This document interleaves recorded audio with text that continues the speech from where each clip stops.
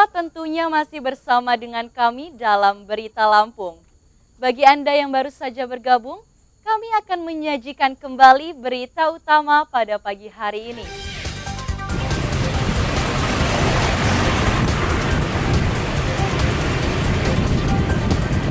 Penumpukan kendaraan di Pelabuhan Bakauheni kian parah hingga ke jalan tol, dampak cuaca buruk di Selat Sunda.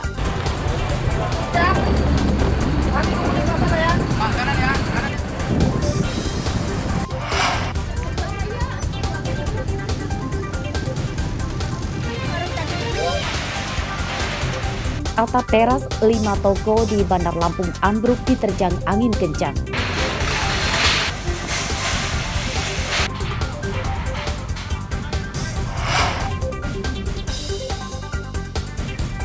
Musim tanam padi tiba, petani di Tulang Bawang keluhkan tingginya harga pupuk dan irigasi rusak.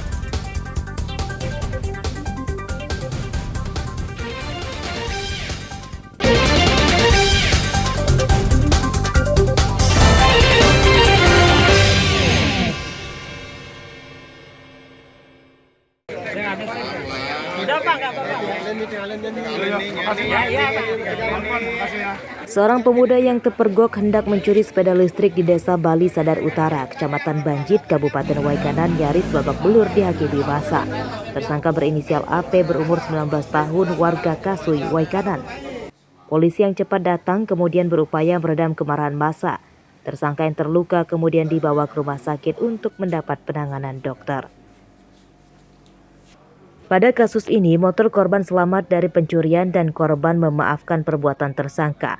Setelah dimediasi oleh polisi,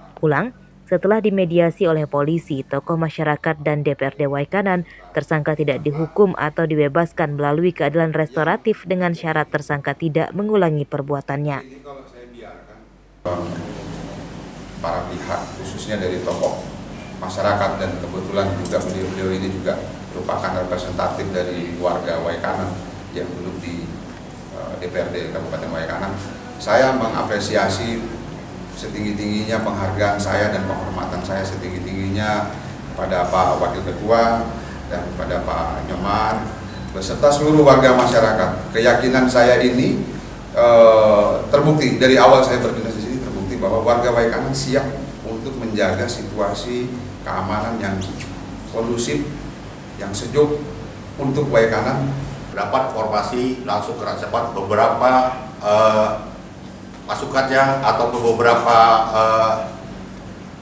anggotanya langsung ke lokasi sampai dengan penggalangan massa. Alhamdulillah dengan kesadaran semua pihak pada hari ini kami berkumpul dan kita maklumi bersama bahwa ini kesalahpahaman oleh pihak difasilitasi oleh Kapolres Waikanan beserta jajaran. Mudah-mudahan dalam mengayomi Kabupaten Waikanan untuk keamanan ketertiban yang ada di Waikanan, mudah-mudahan dengan wasilah doa kita Waikanan akan selalu aman, damai, dan tentram. Amin.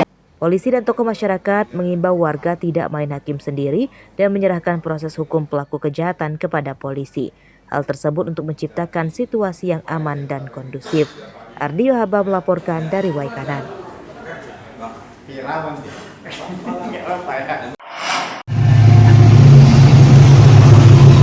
Sepanjang Januari hingga November 2024, tercatat 28 kecelakaan terjadi di perlintasan kereta api tanpa palang pintu. Data dari pihak PT KAI pada Rabu siang, kecelakaan tersebut menyebabkan 5 orang meninggal dunia, 18 orang luka berat, dan 2 orang luka ringan.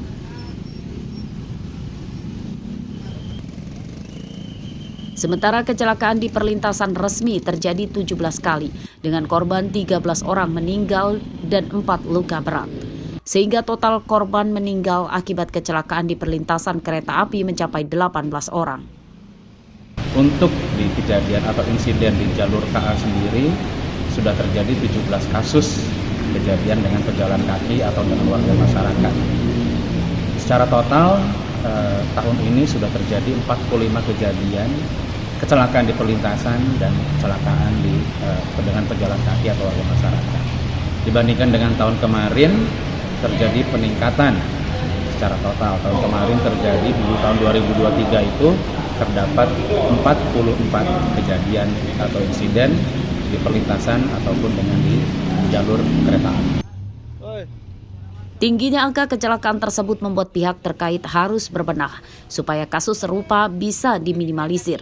Salah satunya dilakukan Pemkot Bandar Lampung dengan mengalokasikan anggaran 100 juta rupiah untuk membuat palang pintu di 2 perlintasan, yakni Jalan H. Komarudin, Kecamatan Raja Basa, lalu di Jalan Sonokeling, Kecamatan Kedamaian. Untuk tahun ini sudah dilakukan survei konsultan Dirjen KA. Jadi untuk di tahun depan yang menggunakan persinyalan mekanik yang otomatis itu di tahun depan akan dilakukan perbaikan. Untuk yang punya kita di Sonokeling ini sudah kita lakukan itu manual karena dia tidak menggunakan mesin, dia menggunakan manual.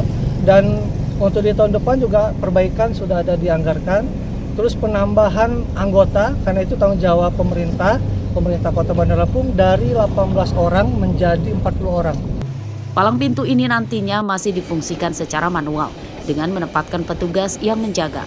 Sementara masih ada sebanyak 139 perlintasan kereta api liar yang dijaga dengan bantuan masyarakat dan petugas PT KAI. Jeffrey Arifin melaporkan dari Bandar Lampung.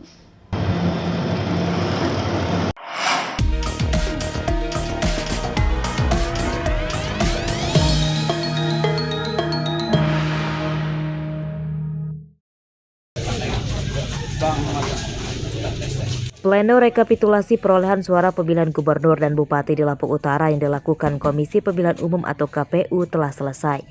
Pleno digelar selama 2 hari. Hari pertama merekapitulasi perolehan suara pemilihan gubernur dan pada hari kedua dilanjutkan menghitung perolehan suara pemilihan bupati.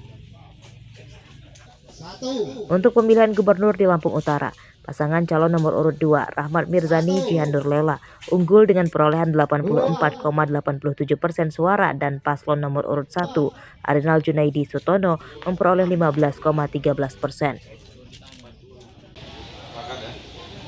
Untuk pemilihan bupati, pasangan calon nomor urut 1 Amartoni Ahadis Romli unggul dengan perolehan 60,03% suara dan pasangan calon Ardian Saputra Sofyan meraih 39,97% suara.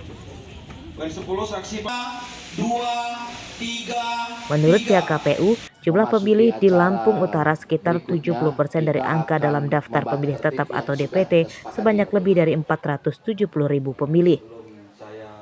Dari 3 hari yang kita jadwalkan, kemarin kita mulai dan hari ini sudah selesai. Sudah kami lakukan penghitungan di mana paslon 1 mendapatkan perolehan suara estimasi sekitar 190 ribuan dan paslon 2 sekitar 120 ribuan. Dari hasilnya berapa persen, Bang?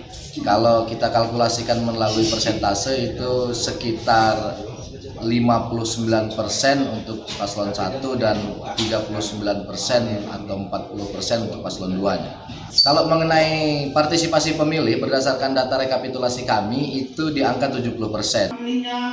Hasil Pilkada 2024 secara resmi diumumkan KPU secara serentak pada hari Minggu 15 Desember 2024 setelah semua proses rekapitulasi suara selesai dilakukan. Ardio Haba melaporkan dari Lampung Utara.